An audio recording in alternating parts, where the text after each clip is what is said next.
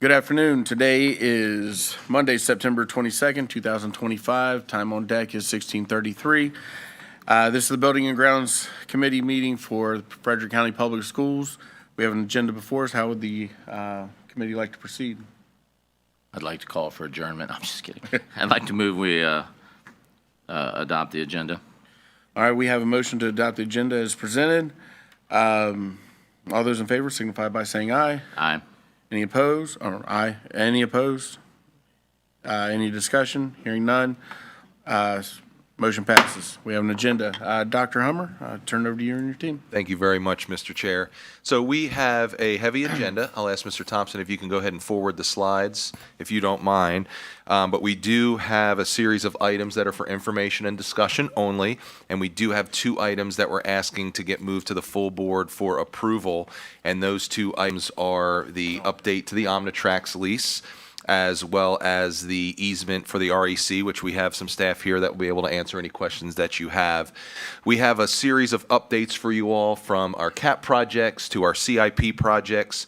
We're also going to review the redistricting process to let you know where we currently are, talk about what we're looking at for the future as we continue to navigate finding the best third-party vendor to navigate that process, and also to be able to answer any questions that you guys might have. We also have an update in regards to the James Wood High School project, in regards to a fire pump that we have to discuss. And then we also want to get into the practice of providing you all with transportation updates. So we have Mr. Holland here is going to provide you guys with an update in regards to that. And as I mentioned, we have the 2 last items on there up for approval to go to the full board. So with that, Mr. Chair, I'll now hand it over to Mr. Thompson and his team. Thank you, sir.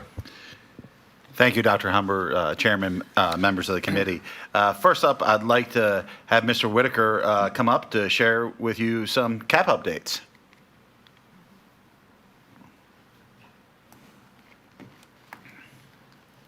Good evening, Mr. Chair, committee members, Dr. Hummer. A few things we've got going on.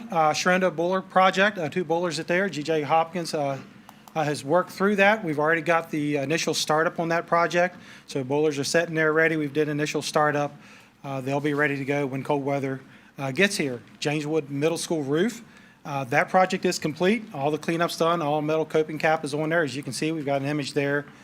Shows the new roof project there. Everything that was done. Still a few roofs to be done there at some point in time. But Apple Power Ridge Could you say that again? We still have a few. So there's more than one roof line there. So like we did the slate roof a couple years ago, and we've done all that EPDM. The white roofs just got a few more years on them before we'd ever look about replacing those. All right. Sorry to confuse that. That was on me. Apple Power Ridge, both boilers are set there. They've did a startup on those. Those are ready to start running whenever we get cold weather. Stonewall Elementary is moving along really good. We anticipate a startup on those first week of October for an initial startup on those. Bass Hoover Chiller, anticipated starting on that sometime in late October. Mother Nature will depend the exact startup time on that, as long as it cools off enough for that. Shredder Track resurface is complete. I see the image from there on that. Bass Hoover Boiler and water heater, they've already started demolition there.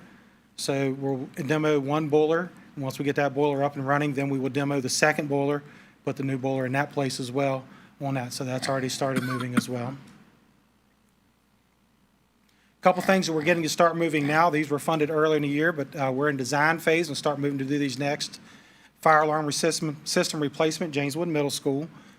Fire alarm system replacement at Millbrook High School. The cooling tower at Orchard View Elementary is in design. Indian Hollow parking lot concept drawing did come through this week, so we're in review phase of that.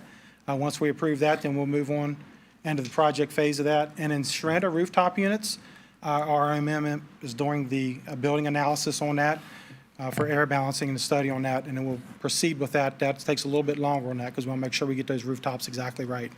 Quick question there. Yes, for sir. you. Indian Hollow, I see we have RMM listed as our contractor there for the design.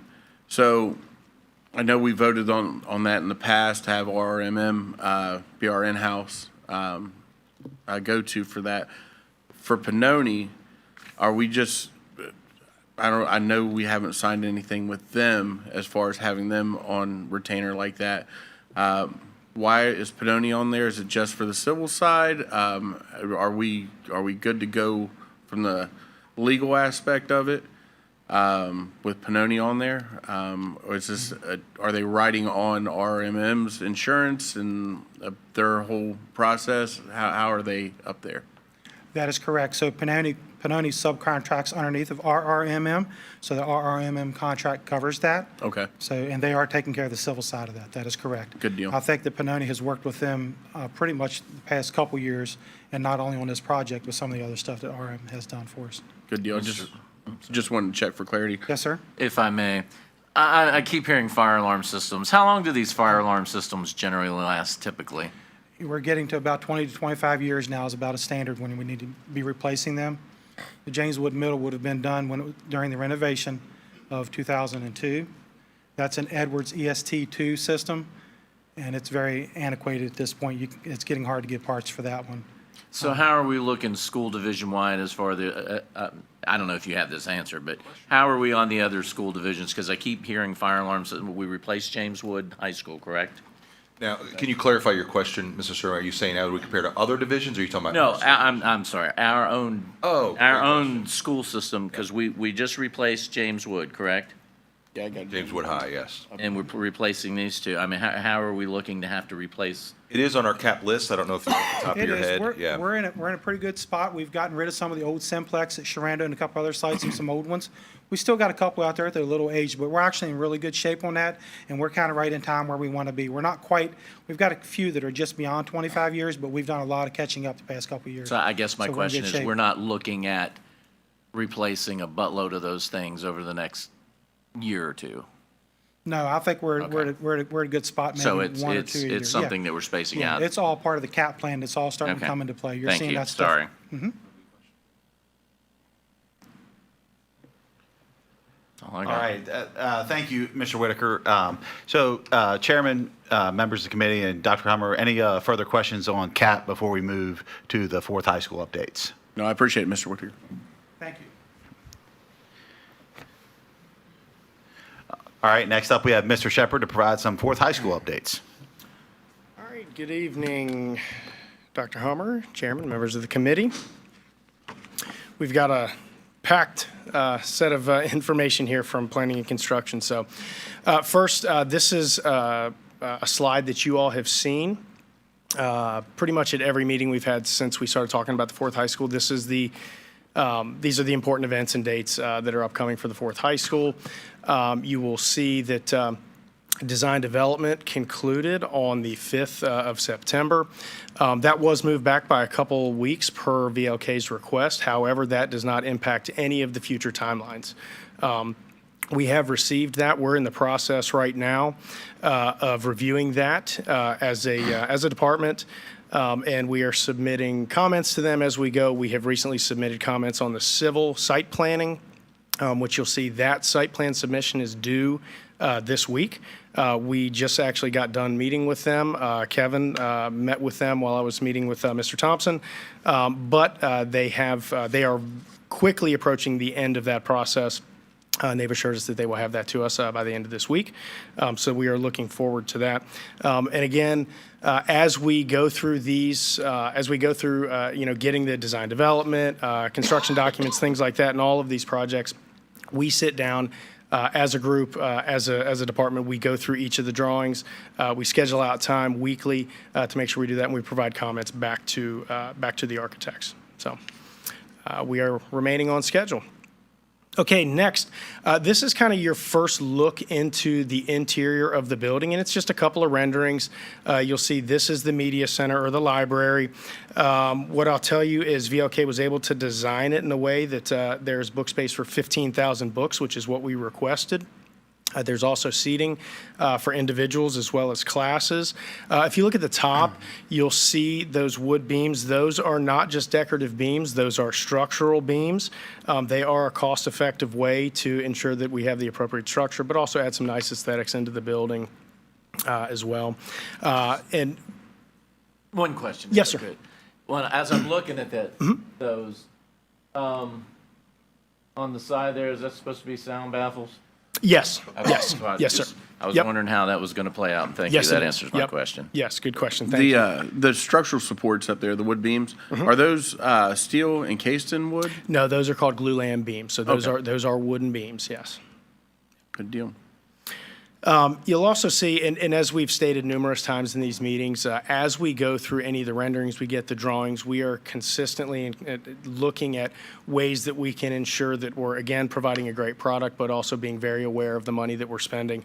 So if you look to the right, I guess it's of the photos, the photo on the left, if you look to the right, you'll see where you have the block goes up about, I don't know, 8 to 10 feet there, and the rest of that is drywall. When we first looked at this, that block went all the way up. So we made the suggestion, again, as a cost savings measure, to not bring that block all the way up, add drywall there. So again, it is more cost effective, but it also then provides the school the opportunity to potentially paint something to, give, personalize it, make it something specific to that school. So Well, not to create too fine a point, but if you kind of look at that little edge, it does go all the way to the top. I'm talking Where about that the, dark line is, and then to the right of it? yeah, No, I'm talking about right there yonder. Saying it doesn't go all the way to the top, but if you look right here, it is going all the way to the top. on the side there. What I'm saying is where you see that trophy case above that, all of that was block Okay. facing. So you're going just all talking the about way that up. one particular section. Ye- I know yes. I'm splitting hairs. Yep, no, But that's fine. wait, I'm one of those people that That's fine. I'm No, going to find absolutely. I'm going to find the That's little fine. misconception there. Ask all the questions that you feel you need to. Absolutely, yes, sir. Okay, so that's, again, just the first look inside. Now, what we have next is a site animation. Again, please keep in mind that this is an animation, but we asked VLK to give us two different views of what the campus may look like. One of them is more of kind of that drone view overlooking the entire campus. About halfway through the animation, you're going to see a shift in what it's going to show. Is it's going to show kind of the experience of driving up to the school, pulling into the student drop-off lane, and then driving around to the front of the school. So I should be able to control that from here. And there is no sound to this, so if you don't hear anything, that's Like music in your head. yeah. I'll sing if you'd like. Hey, ain't that your car right there? It is. And there will be a couple things that I will point out to you as we go around here.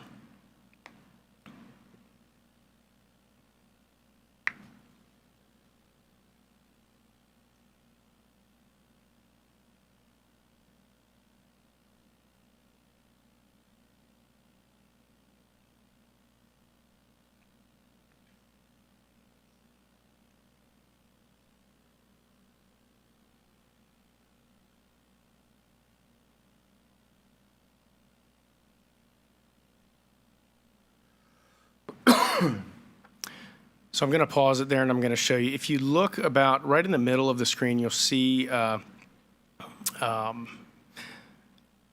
well, it's hard to point out from where I'm at. Yeah, Mr. Adkins, thank you. Yes, this area right here, that's the cafeteria. So you'll see that that is extended upwards about 2 stories. Once we saw this animation and once it was developed, we actually met with VLK, and to their credit, they came to us and said, hey, we think we've got a little bit too much volume in there that's costing some money. So what is really going to happen there is we're going to take that, and you see how it's kind of in an L shape there. If you follow the top of the L all the way straight down, that will stay up at that 2-story level. And what that is, underneath of there, there's a stairway. So you'll have that stairway coming down, and you will still be able to see out further. It doesn't look like you're walking into a header or anything like that. But then where the actual cafeteria is, we're going to lower that roof. It's going to reduce that volume. It's going to reduce the initial cost. But then over time, it also has the opportunity to save cost in heating, air conditioning, things like that, because you have decreased volume there. So just to clarify for the folks listening at home, the architects came to us and said, hey, we're going to save you some money, correct? They came to us and said, we think Fantastic. Thank we've you. got an opportunity to, again, keep things looking within program, what we need as a school, but also suggested a potential cost savings measure. Yes, sir. That's all I need to hear. Okay, we'll continue.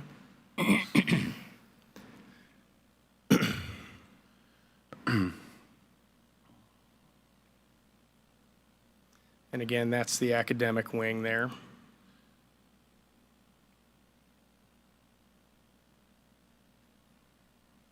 I see the expansions on there. No, the expansion's not Oh, included in the that. expansion's not on there? No, sir, no. Okay. I was hoping. No.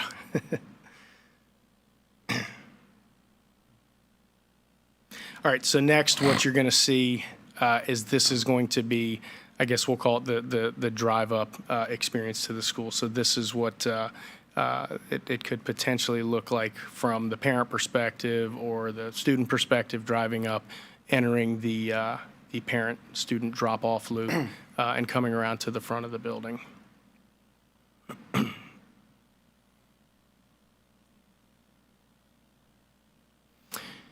And again, I believe we discussed it at the last meeting, but we adjusted the entryway to the parent loop there, and the reason for that was to gain additional feet of queuing space for cars. So we moved it up and then made it a right-hand turn, so now we have adequate queuing space for parents that are coming to pick up and drop off students. We are going to have adequate space for that, correct? Because I've seen that as an issue in some of the other schools that we have. Yes, that- we where the request- buses and the cars can get in at the same time. Yes, and we'll have two separate, we'll have a separate entrance to the bus loop there, but we requested that it be designed with, I believe it was 1,600 feet of queuing space for parents and for cars to be able to queue there. Fantastic. And that was the reason that we ended up moving originally, right as you came onto the site, we had a right turn into that. Instead, we moved that entryway into the parent loop. We moved it up, so you turn in and then kind of double back. So it does create additional queuing space that's going to allow Yeah, I'm for not more. trying to ask pointless questions, No, but no, I no, keep dude. hearing from members of the community, Understood. you know, cost this, cost that, and Right. I just want to assure the community that we are really going about this in an extremely fiscally responsible manner. So I want everyone to know that when we ask these questions, it's for their benefit. So Yes, sir. they know that we're, as superintendent says, being good stewards of that dollar. Yes, sir. Okay, next, we were asked to look at potential different flooring options for the school. So what we've presented here are 4 different flooring options, and we'll go through each of these. The first is VCT, vinyl composition tile, and this is what you typically, and that's the bottom left there. And these are not photos from any of our schools. These are just stock photos, but that's what we have currently. That's kind of the traditional tile look that you see in a school, the 12-inch by 12-inch wax tile. This is the cheapest option, but it is labor intensive. It is costly to maintain. I did ask our facilities department to give me a rough number of the amount of wax, how much we spend in wax for each school. It's about $4,500 a year. But beyond that, the amount of time and effort, man hours that are put into stripping and waxing and stripping and waxing throughout the year, and especially over the summer, that is costly. But So it's like a military barracks floor. Everybody's going to be stripping and waxing until the cows come home. well, and that Well, is let's get the, you know, what our custodial staffs, they do a phenomenal job. I was a building administrator. I watched them do it throughout the summers. They work very, very hard, and it looks great when they're done. But yeah, it's very, very labor intensive. So LVT, luxury vinyl tile, provides kind of that midpoint pricing option. It's a little bit more expensive. The upkeep over time, however, is minimal. If you've been at Jameswood High School lately, the LVT, that's what's in at Jameswood High School.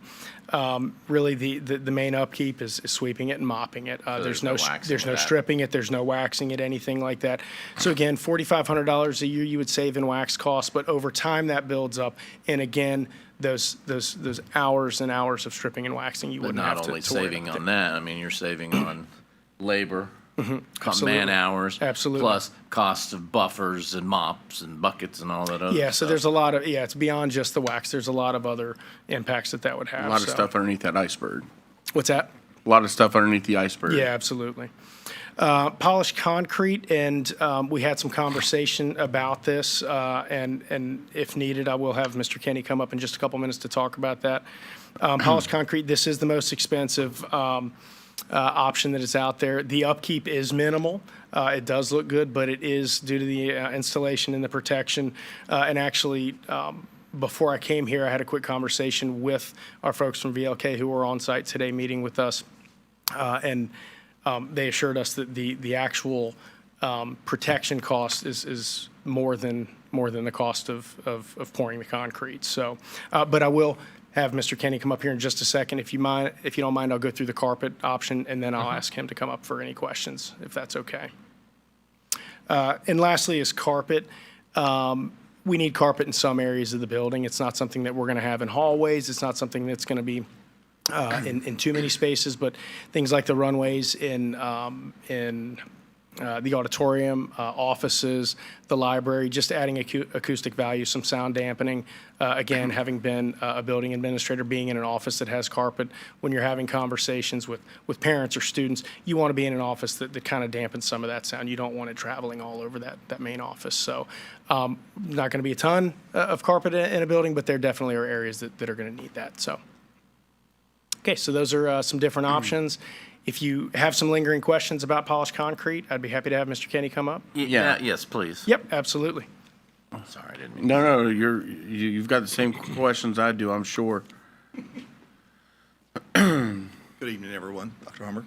All right. Questions, concrete. I guess you're The world of wanting our concrete. questions. Scott, if you Well, I was just wondering, not knowing anything about this, I just know that the environment impacts concrete quite a bit. That's right. What are the, what are the chances of having that stuff cracking like I've seen in some buildings Right. that have used, I mean, it even happened at the jail. Sure. For crying Oh, out yeah. loud years ago. So, The old saying is two types of concrete: concrete that has cracked and concrete that's going to crack. Exactly. So everyone knows that. So, but polished concrete, like any concrete product, is an environment. It's very labor intensive to put down.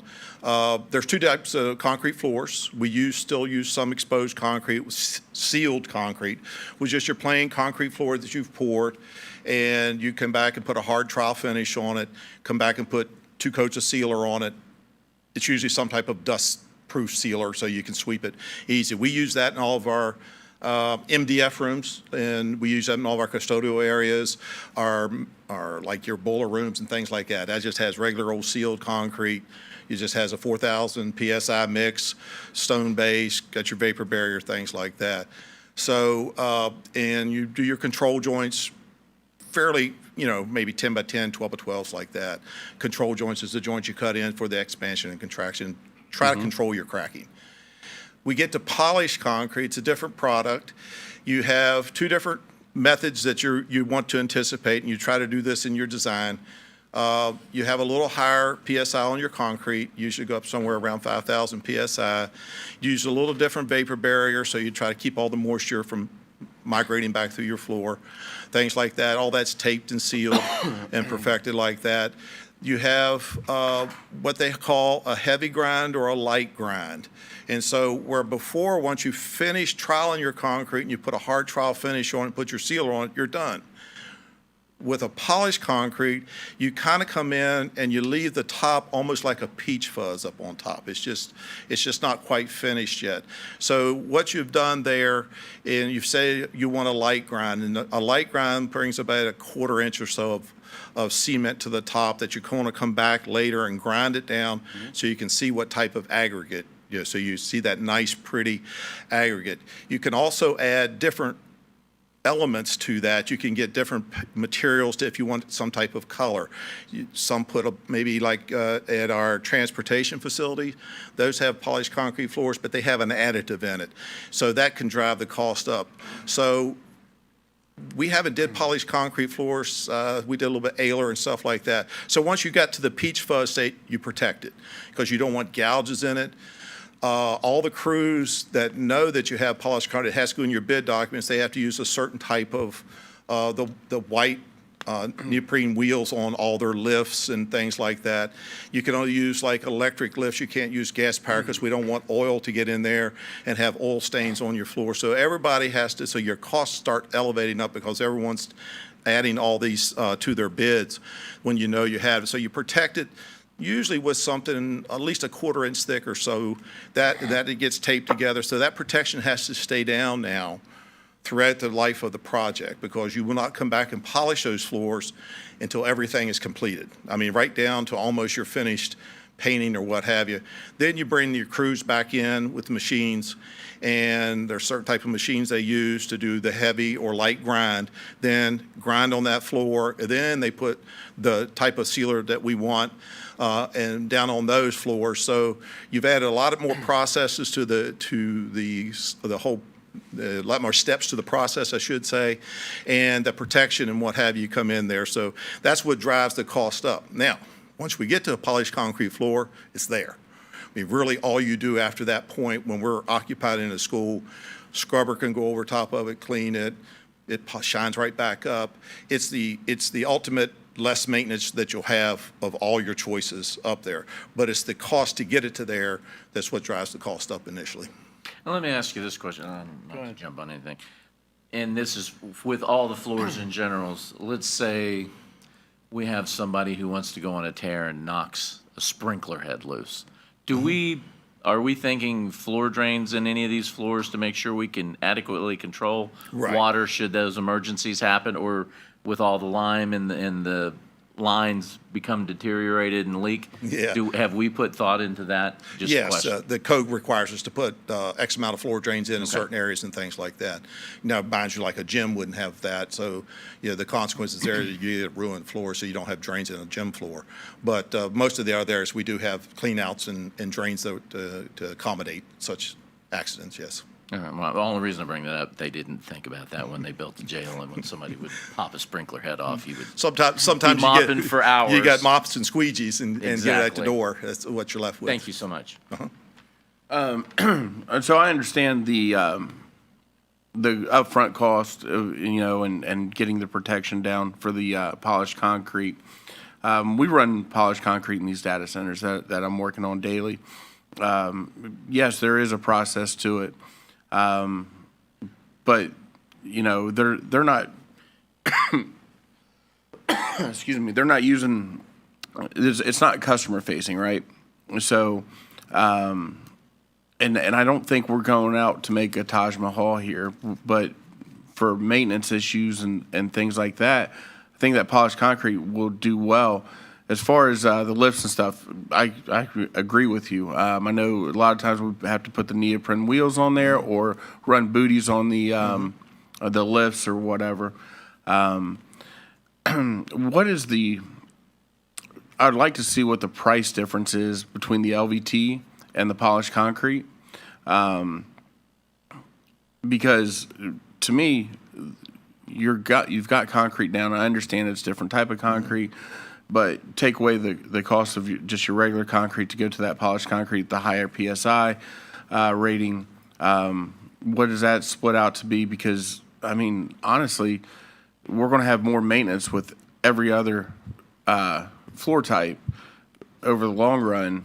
And if it's, you know, a couple $1,000s, you know, let's say it's $100,000 and it keeps us under budget or wherever it lands, I'd like to just be able to see those numbers. Okay. And then I'd also like to see the numbers of what we're spending on maintenance for like an LVT floor versus, you know, other floors. Understand carpet's going to be, you know, restricted just to certain areas, auditoriums and offices. You know, for the sound dampening qualities that's there, but keep in mind that's still real thin carpet on top of concrete. I don't think we need to be coloring the concrete or anything like that, but if we can have an overall cost savings with the polished concrete, I would almost say let's go with that. The LVT is great, but it does require maintenance, and I've seen at some of the other schools that have the LVT where it's been peeled up, you know, and damaged. Keep in mind, it is way more durable than the VCTs. So, yeah, I'd like to see those numbers before we submit that into our bids. Normally what you do, and just to give you a heads up, this is LVT. We're standing on here. The type of carpet's basically what you got right behind you. It's Yep. carpet tile. like that, so to give everybody an idea of what we're looking at. What we would normally do in a case like this is we'd start with the LVT as your price point, and then we'd do as an ad alternate. We do different things when we go out to bid. We get different ad alternates, and then we do it with our cost estimators, and then at time of bid, and say, okay, that same area that you're doing LVT, keep in mind, you can only do it on the first floor. You can't do it on your second floors, your elevated floors, because of the type of structure. The structures bleed through, so you'd see all your framing and things through that. So it's really only on your first floors, but we could do it ad alternate for the polished concrete for those areas. Why can't you do it on the second and third floor? We have them on our second and third floor. Are you doing polished concrete, or y'all doing sealed concrete? We're doing polished concrete. Okay. We are definitely doing polished concrete, but I do understand our structure is a little bit different. We're doing double T's and stuff like that as well. And see, it won't bleed through there. Right. When you see when you see your steel beams and things like that, and your decking, it'll get a halo effect. It'll bleed through those. Okay. And so it's a different. We do a composite floor. They're doing poured on double T's, Yep. which is a solid backing. Exactly. On there. So it's a little different concept there on there. So we do first floors is yeah. Okay. But we can do an ad alternate for polished concrete in lieu of LVT. I'm not saying even do it in lieu of it, but I'd like to see those numbers and see what it comes out to. That way we can make a better decision on that. Because if it's going to cost us more, minimum more at the beginning, and over time it's less maintenance, and if that works out more in the public's favor, I'd rather go with that. Yeah, we can have the cost estimators run the two numbers. Yeah, That'd be great. Oh yeah, that's no problem. Yeah. But I definitely appreciate you coming in. Okay. And, talking about the process. Okay. Yep. All right. Thank you, guys. All right, thank you, Mr. Kenny. All right, moving on from the Fourth High School to a couple of our other projects. Middletown Elementary School expansion is moving along well. Design development phase, we have completed that. We've reviewed those plans. We have given the approval for that. And also, I believe it was the Buildings and Grounds Committee request to look at the possibility of moving up the bid date so that we can get moving on that project in terms of construction a little bit sooner. We were able to work with RRMM to see if we can move the bid date up. Initially, we were looking at early to mid-March as putting that out to bid. Being as where we are in the project, and through numerous discussions with RRMM, we do believe that we can move that up by about a couple months. Right now, our target date is January 7th. That's not a definite or a hard date, but we do feel very confident that we were able to update that phasing plan and put that out to bid a little bit sooner. So we can get going on that and break ground on that project a little bit earlier than we thought we may. So. Good deal. Okay, moving over to Jordan Springs Elementary School. Again, this is a project that continues to track very well. We have received the 100% construction documents. We reviewed those. We provided comments. We met with RRMM last week to go over those comments. And we do remain on schedule to go out to bid next week. Pre-qualification for prospective bidders was advertised on August the 12th. We had a submission date of September 12th, and we did receive 9 submissions for pre-qualification. So we do feel strongly that we're going to have a very competitive bid process, and we are feeling very good about still being able to move ahead with construction around the 1st of December. Mr. Chair, if I may, Mr. Shepherd, if you don't mind explaining to the board and the public about why that's so important about having more bids, of driving the cost down. Yeah, I mean, it's like any process. When you have more people that are competing for something, they're going to be very judicious, and they're going to take a very, very hard look at how they're going to price it, because they want to win that. When they know that there are multiple others out there that are competing for the same project, they're going to take great care and ensure that they are running through everything with a fine-tooth comb. So it does create a competitive process. We've seen it in other localities recently where they've gotten a lot of folks submitting bids. And what we have seen in other localities is that when they've had more bidders, the prices are coming in, a good bit lower than potentially even cost estimates. So. All right, Sharando Master Plan. So I want to, before we go over these next 4 or 5 slides, I want to kind of preface it with a master plan we're not here to ask for approval or funding or anything like that for this project. What it really is kind of trying to create a primer and trying to think ahead for some of the needs that we anticipate a school or an area experiencing in the years to come. So we have been working with RRMM for the last couple of months on this master plan. And there are, you'll see a number of changes, proposed changes over time. But again, this is in the future. This is not something that we're looking to do right now. But the way we've kind of explained it is if all new people were to come into the planning and construction department, 3 years from now, they'd be able to look at this master plan and at least see that we are thinking ahead. We're looking at the future for some potential changes that may need to be made at this specific site. So, all right, this is the, can you go back? Sorry, Mr. Thompson. This is the existing site at Sharando High School. You'll see that to the west side, there are home sites. I believe 93 homes are being built there. There's a lot of, if you've been out there recently, you'll see there's been a lot of changes to the landscape out there. So there are a lot of homes that are going in right there. But you'll also see that additional land up towards Fairfax Pike on the northern end of the campus. All right, moving ahead, working with RRMM, they pointed, Mr. Thompson, can you go to the next? Thank you.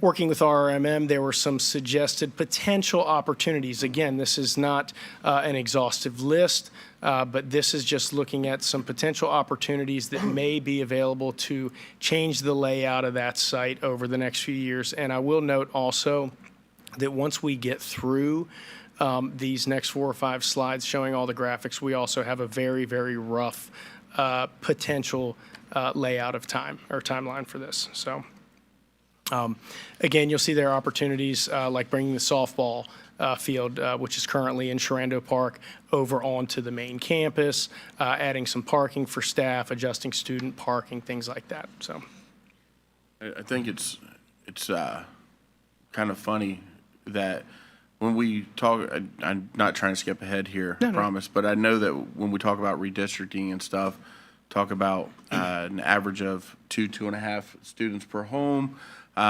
Granted, some houses aren't going to have any. Some houses are going to have 4 kids. So I think that's about where they get their number. And right across from that school, and how much or how many more kids are going to be into these schools. And we're already over capacity at these schools. So I'm glad that part 3 is coming up where we're going to look at that, just kind of prefacing it.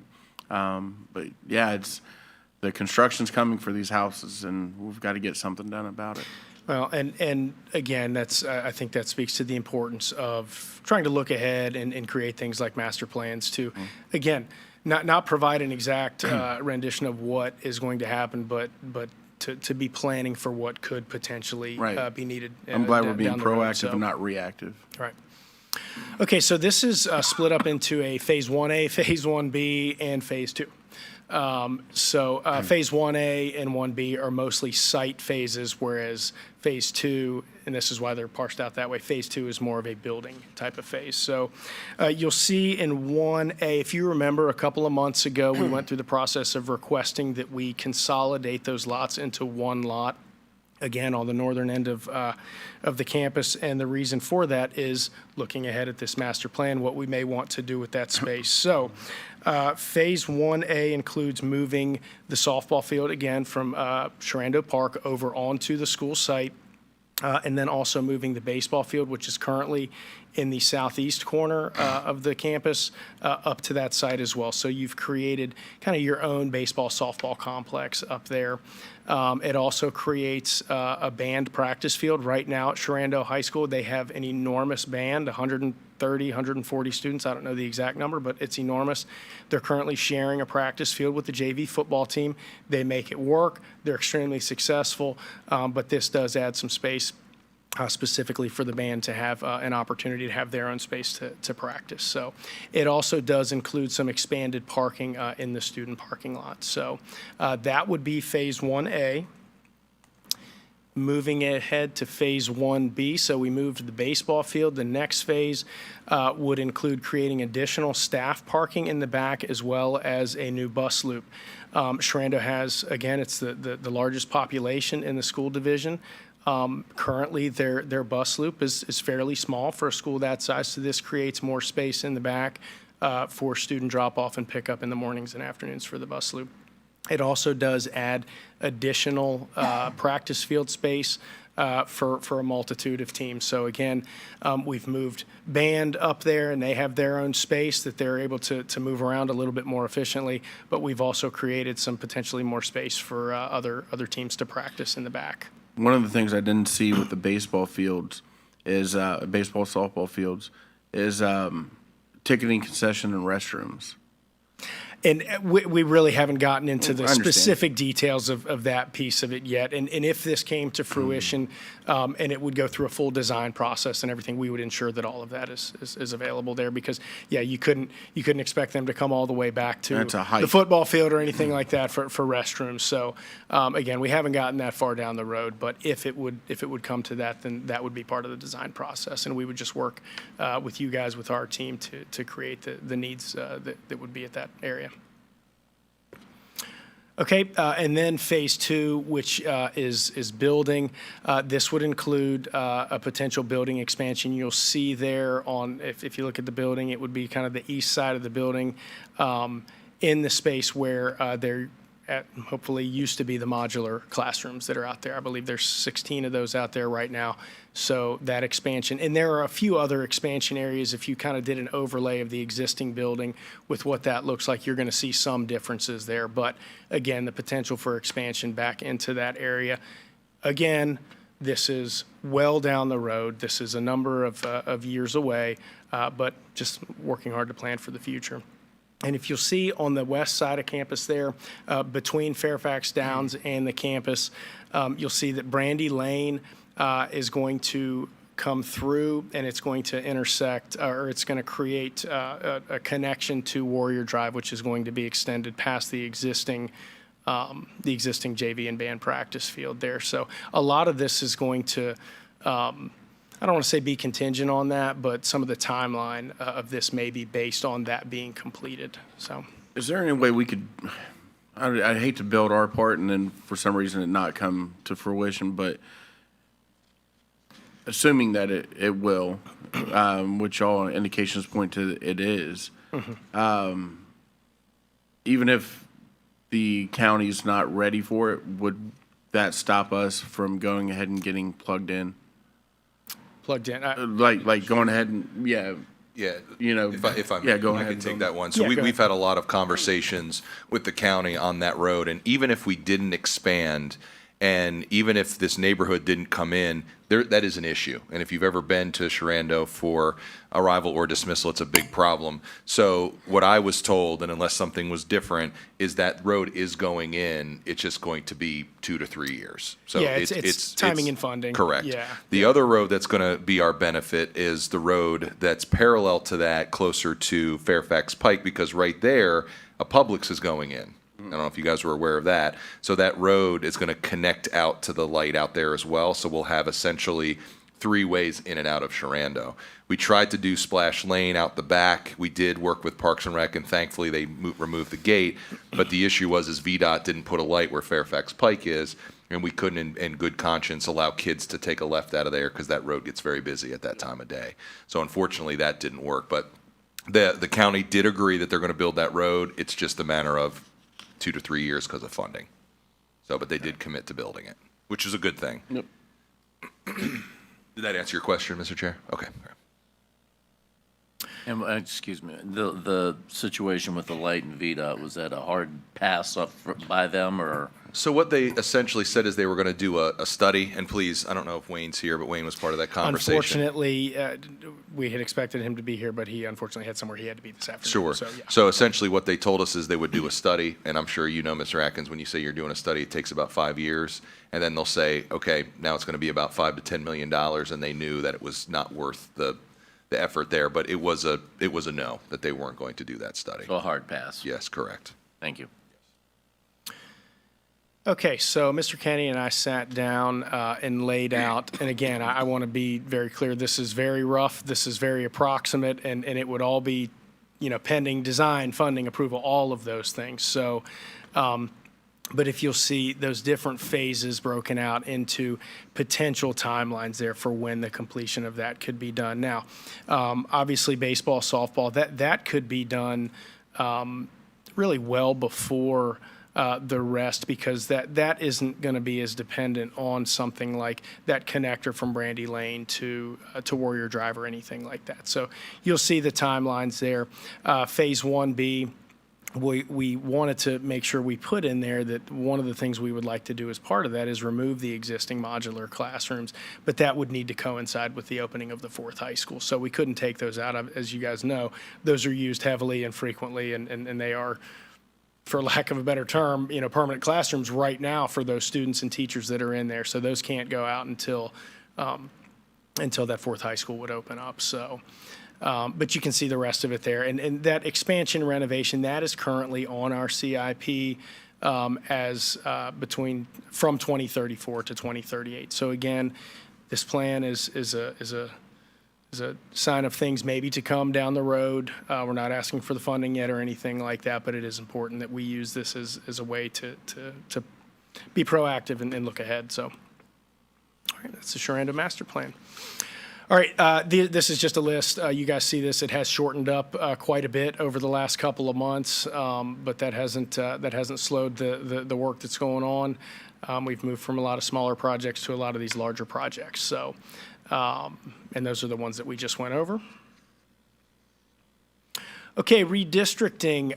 We are in the process of we have started kind of baby steps in the redistricting process. We did put out the RFP on August 1st. The submissions were due on September 2nd. We did receive 11 submissions from consulting companies. We are nearing the end of the reviews of those RFPs. So we are getting close to that. And as far as next steps, I believe that's the next slide. It's our goal to be able to recommend a contract award in October, and then the work would start soon after that, which would conclude with the elementary implementation of rezoning at the beginning of the fall of 2027 school year, and then the secondary, which includes middle and high schools, to coincide with the opening of the fourth high school in August of 2029. I will tell you, there are lots of in the information we've received, there's a lot of planning to ensure that there is a lot of community feedback and involvement, as well as division feedback and involvement in that process as well. So, okay, this is strictly an informational item, but just to make this committee aware, James Wood High School has requested that a billboard-style signage be placed on the back of the existing scoreboard at the baseball field there. Really, they are requesting to have that up there to put a message thanking their sponsors, thanking those that have supported James Wood baseball over the years. And I believe, Mr. Thompson, there was the potential for advertising, you'd said? I think you just. There we go. There you go. Yes, there is the potential for some sponsorship signage as well. Okay. All right, and the last one is the James Wood High School booster last. pump. Second to last. We got booster pump and we got, This is the last one for me. Oh, Yep, sorry. not the last More one on of the the meeting, list, but yes, last one just for me. Mr. Shepherd. You thought it was your last I one. thought it was. I'll go over it if you need me to. So there's currently a design of a booster pump going on for Jameswood High School to add that to the fire suppression system. That's going to be placed at the bottom of the hill. Essentially, what it's going to do is it's going to provide additional water pressure to the existing fire suppression system to get that water up the hill. You guys have been there from Apple Pie Ridge Road up to the actual school. It's a pretty steep grade, so that it does add a little bit of pressure there to ensure that there's adequate pressure for asset protection. We do not need any additional funds for this. There's funding available in the Jameswood High School project budget that is going to cover this. So again, this is an informational item, and it's not something that we need to seek additional funds, and we're wrapping that in as part of that project. Mr. Chair, if I may, Mr. Shepherd, can you tell us the impetus of this, like why this came to us? Yes, so when it came to us because anytime you're doing occupancy or anything like that of a building, once a renovation's been done, once a new build has been done, you have all these pressure tests that are done, the fire marshal test to ensure there's appropriate water pressure in your fire suppression system. So we were a couple of PSIs short of reaching 150%. The building is occupied. They have received full occupancy. The reason for this is we just need to add that little bit of extra pressure to ensure, and again, it is not a safety issue, it's an asset protection issue. So, Just one more question, and there may not be an answer to this, but I'm going to ask it anyway because you said something a couple slides back about the modulars. yeah. Once the fourth high school is done, we can get rid of those modulars there. Do we, and this might be a question that you answer, do we have a timeline, I guess, a wish list date when we're going to be able to remove all the modulars? Is that something we've got in the plans or something we've thought about? Oh, we have, and it's going to be contingent on if we get funding for these projects. As Mr. Atkins just mentioned, and as you guys see weekly, we are at 105% capacity as a county. So if we do not continue to address the space issues, it would not be in our best interest to remove those modulars. So prime example is Middletown. And with Middletown's expansion, based on our numbers and the way we're growing, especially in that part of the county, when that project's done, they're more than likely going to be at capacity. So we will have to make a decision, do we keep those there until we have the conversation of an additional elementary school? And the redistricting right now in that part of the county is not going to have much of an impact because every school in that county is at 100% capacity or more. So our goal, Mr. Sturdivant, is a great question, is for us to get rid of all of these modulars. We do not want these things in the back of our schools for numerous reasons. However, if we don't invest in these projects, unfortunately, that is our next best step because we need space for our kids, as you know. So, yes, I mean, our goal is once the fourth high school is built is to remove those modulars. Again, based on our trajectory, we're going to be at 95% capacity at the fourth high school once it's built, at the rate we're going.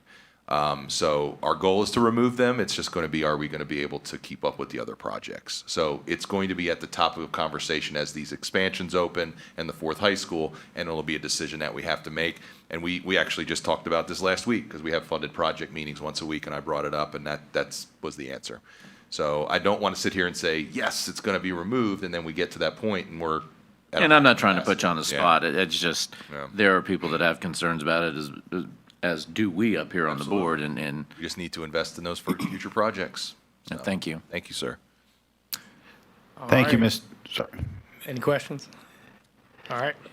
Thank you, Mr. Just one more, no, I was just gonna kidding. ask if I'm there's any kidding, final I'm kidding, questions, I'm but kidding. There we go. All right, well, we certainly appreciate having the opportunity to talk with you about many of the operations that or the things that we deal with on the operations side of the house. And thank you for the additional opportunity to have Mr. Holland with us this evening to talk about transportation, as Dr. Hummer alluded to earlier, that we'll have him here to provide a transportation update at our committee meetings monthly. So, Mr. Holland. Thank you, Mr. Thompson. Mr. Chair, committee members, Dr. Hummer, good evening. I don't really have a whole lot to go through, but just wanted to include some pictures from some of our decommissioned bus, just to give you guys an idea of what we're looking at. pretty much other than that, just want to thank everybody for a great start to the school year. It's been a really good start, and just enjoying getting my feet wet and getting acquainted with everyone. So, any questions on the pictures or anything? You did say these are decommissioned. We're not putting Yes, sir. kids on these buses, correct? No, sir.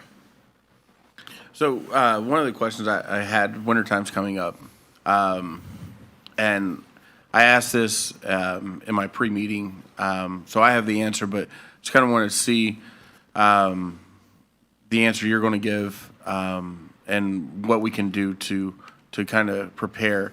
As far as fluid film or any undercoatings on these buses, we got wintertime coming up, assault on the roads, and trying to get every mile and every day out of these buses for these kids and protect our assets. Are we doing any type of fluid film or undercoatings on these buses?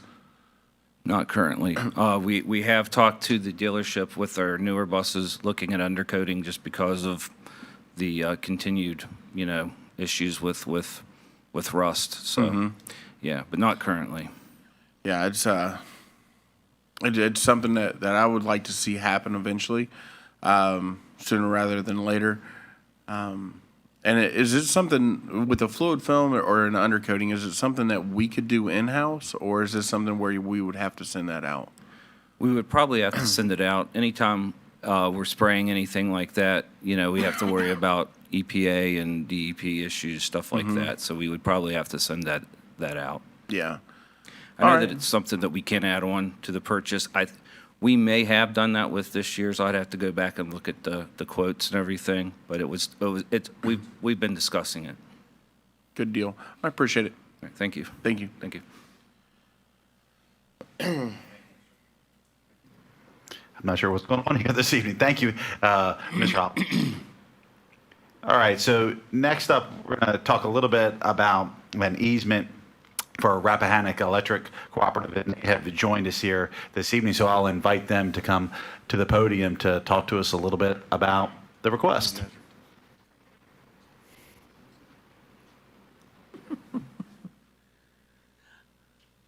Again. Evening, fellas. Last time we were here, when we came in, our survey team had actually missed that there was a small sliver in between the distribution easement and the transmission easement. With the movement of that easement, it added about 10 foot to that hole. So basically, we have a donut. And unfortunately, right where the design was for our distribution lines goes out to the H structure over there, and then comes across and goes back over to the corner. So we felt it was prudent to come and say, hey, there's no easement in this little donut hole. Appreciate it. No problem. I'm sure we'll get this through. Yeah, you got to get it done to get it done. Cool. Well, we do have a motion before us. How would the committee like to proceed? I move we approve the request for the easement. Oh, Or do I need, sorry. Yeah, thanks. I told you the other day, I'm a man, I don't read the directions. I move the committee forward to the full board the proposed right-of-way easement agreement with Rappahannock Electric Cooperative with the recommendation of approval. second. All right, we have a motion. It has been properly seconded. Any discussion? All right, all those in favor signify by saying aye. Aye. Any opposed? Hearing none, motion passes. It goes to the full board. Thank you, gentlemen. And next up, we have a Omnitrax lease request that they have requested that we lower the negotiated rate for our monthly lease amount due to not having revenue at this time. Questions? Lower it to what? Yes, sir. $2,000. Okay. Yeah, I know they just put in the way station out there, and unfortunately they lost that contract. Yep. Anything? I hate to kick them while they're down. All righty, well, hearing Mr. Chair, nothing, we have a motion before us. I move the committee forward to the full board the proposed third addendum to terminable lease agreement with Winchester and Western Railroad Company with the recommendation of approval. All right, there's a motion before us. Any discussion? Hearing none. All those in favor of the motion signify by saying aye. Aye. Any opposed? Hearing none. Motion passes. It goes to full board. All right, well, thank you so much. Enjoyed presenting to you this evening and the team. Dr. Hummer, back to you. All right. That's all we have for you tonight, Mr. Chair. Let us know if you have any additional questions. Thank you all for being patient and answering some of my less than intelligent questions. I appreciate that. Yeah, I definitely appreciate everybody being out here tonight. I know REC didn't want to come back out again, but we're glad to have you. Just keep coming. Yeah, you've got lifetime tickets. Yep. Any other announcements or anything? Good to go. We have another Mr. motion. Chair, I would move that we adjourn. We have a motion for adjournment. Any discussion? Hearing none.